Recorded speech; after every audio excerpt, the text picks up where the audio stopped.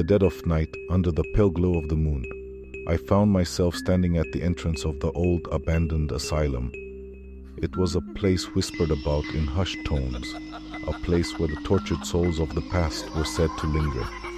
I had heard tales of ghostly apparitions and eerie sounds that echoed through its decaying halls. But I was a skeptic, always in search of a good thrill. I convinced two of my friends, Amina and Karim, to join me on this macabre adventure. Armed with flashlights and fueled by a sense of bravado, we ventured inside. The air inside was cold and damp, and the silence was oppressive. We moved cautiously, the beams of our flashlights cutting through the darkness like knives. As we explored the asylum's twisted corridors, we came across faded paintings on the walls. They depicted scenes of unimaginable horror.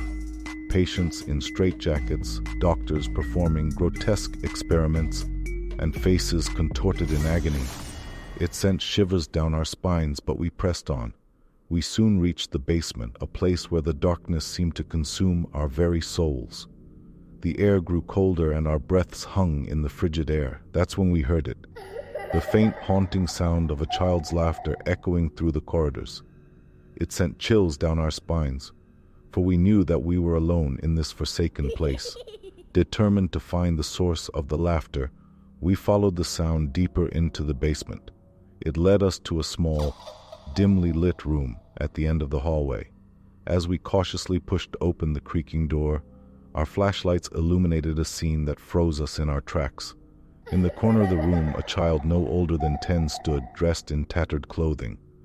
Her pale face was smeared with dirt, and her eyes glowed with an otherworldly light. She continued to giggle, her laughter echoing through the room. "Who are you?" I stammered, my voice trembling. The girl's laughter stopped and she fixed her gaze on me. "I'm Layla," she said, her voice sweet and innocent.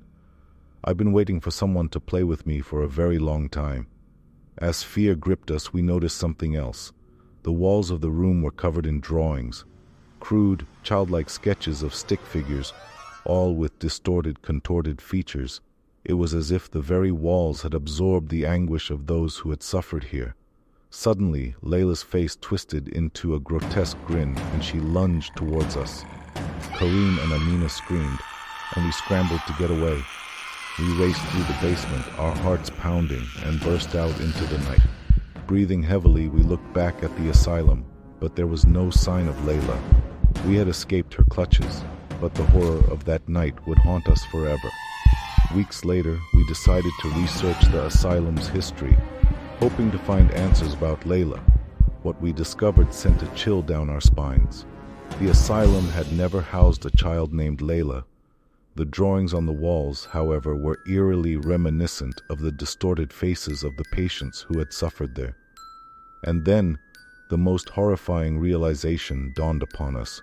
We had not encountered a ghost of a child, but the manifestation of the asylum's tortured souls, seeking release from their eternal suffering.